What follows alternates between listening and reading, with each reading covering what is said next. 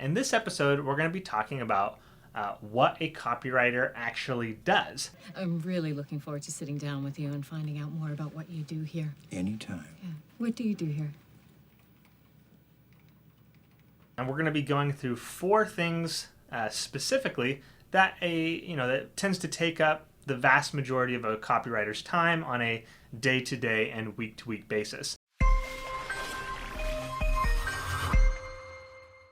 Before we dive into these specifically, I just want to clarify that 3 out of these 4 things are going to be specific to freelance copywriters.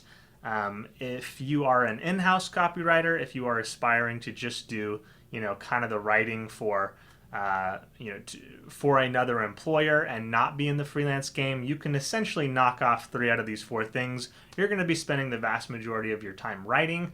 You're going to get a lot of writing practice. I definitely, if you're kind of looking to get into this field and you would prefer to start with an in-house position, I totally endorse that. There are not a lot of downsides to getting paid to be trained.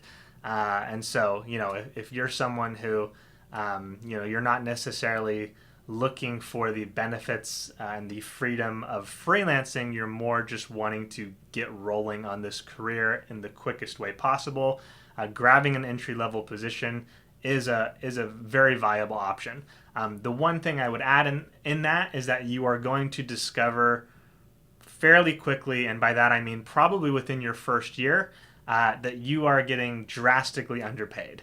As an in-house writer who's spending, full-time, your full-time hours writing, once you get to the point where you're feeling pretty confident in your work, which if you're writing full-time is probably going to be around the 6 to 9 month mark, you're going to immediately look over at people doing half the work, half the actual volume of writing that you're doing, and making more who are freelancers. And so you're probably very quickly going to, be tempted to get out and go the freelance route, assuming you actually want to take on the additional challenges of bringing in your own clientele. So just something to keep in mind. But getting past that, going into what copywriters actually do, what freelance copywriters do, there's 4 main things that are going to occupy your time on a day-to-day and week-to-week basis. And these are writing copy. That's first and foremost. You're going to spend a pretty good amount of time writing. The second one is pitching new clients. If you are a successful freelance copywriter, you will be spending a significant portion of your time pitching every single week. The mantra that I hammer into my students over and over and over is 20 pitches per week, 20 pitches per week, 20 pitches per week. Doesn't matter if you have no clients. Doesn't matter if you have, more clients than you actually want. Increased demand is always a good thing. It's going to allow you to, be even more selective and raise your rates. If you are getting more, ultimately that's when you actually want to raise your rates, is when you are getting more demand than you can handle. So even if you have as much demand as you want to continue pitching, continue generating that demand. Number 3, managing your existing clients, which can go anywhere from, barely a thought to an absolute, time-draining pain in the ass. And then number 4 is going to be marketing your brand. And this one you don't necessarily need to spend as much time on in your first year to maybe 3 years. Pitching is kind of your short-term growth mechanism. But over time, you're going to want to start, adding in some marketing to start generating some inbound demand, which we'll talk about here in a second. So let's kind of dive a little bit more into each one of those. Writing copy. What does it look like for a copywriter to write copy? In its most basic form, it looks exactly like you sitting down and writing for an essay, in high school or college, or for any, sitting down and writing an email. There's no, magic secret process that copywriters do. We just sit down and write. In terms of the specifics, copywriting is essentially just persuasive writing formatted into specific structures. So, for example, the 3 that I tend to focus on is website copywriting, email copywriting, and blog writing. Those are all essentially, persuasive writing, storytelling, kind of sales writing that are just formatted in different ways. The fundamental approach that you take, in most cases, is essentially the same. Blog writing is a little bit unique. I talked in a past episode. I talked about the difference between content writing, which incorporates blog posts, and copywriting. We're talking shades of gray here. They're very connected, but you do take a slightly different approach for blog writing. But in general, when we're not talking about blog writing specifically, the way you approach all copywriting is more or less the same. You just have different goals, different contexts, and different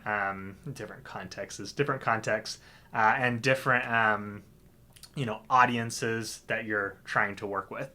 But essentially, you're sitting down, in whatever your preferred word processing app is. In my case, it's Google Docs, and you're just writing. You're thinking through what you want to accomplish with the piece, and you write it. And that'll take up, depending on where you're at in your career, that's probably taking up anywhere from, 2 hours of your day to 8 hours of your day. Earlier in your career, you're probably charging a good bit less. You should be at first because you're not as good and you want to be getting as much experience as you can get. And so, you want to be taking on a full schedule of actual writing work that's, gonna pay pretty well by virtue of the volume that you're doing. And it's going to give you a lot of experience. So, for example, say you wanted to hit, I think 6 figures is like $275 a day or something. It may take you may need to write two assignments.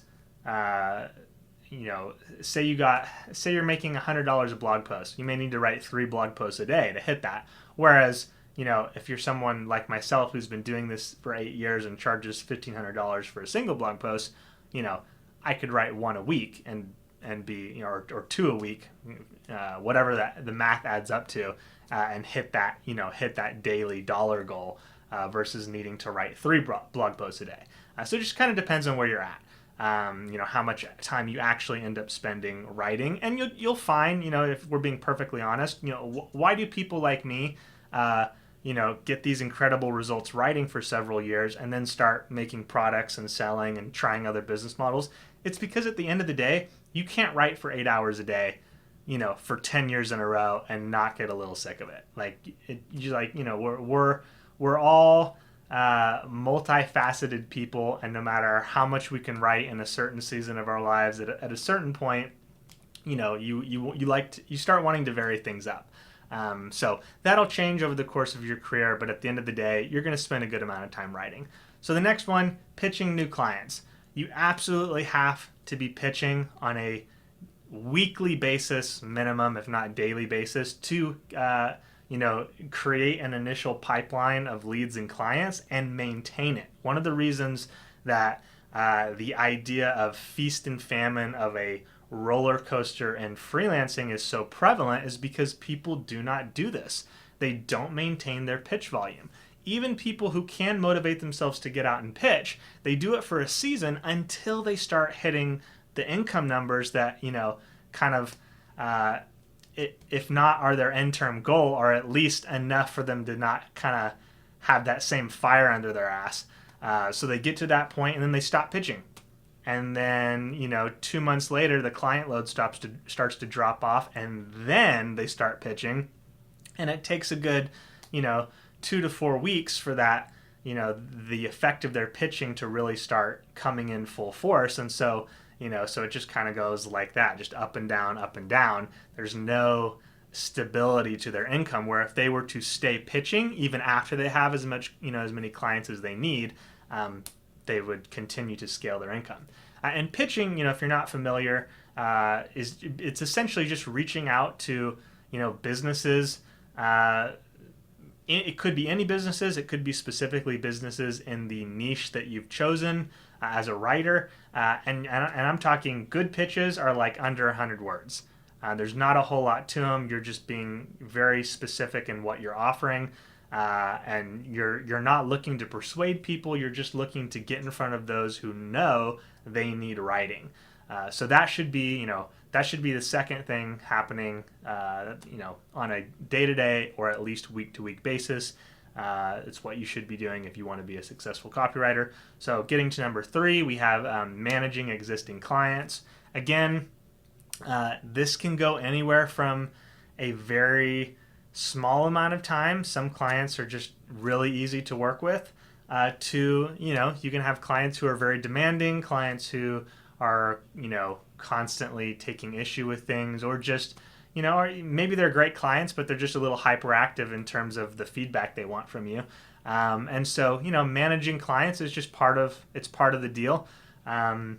It's another reason that even successful service providers at some point like to start varying their time in other pursuits, because client management, customer service, it's draining. There's no way around that.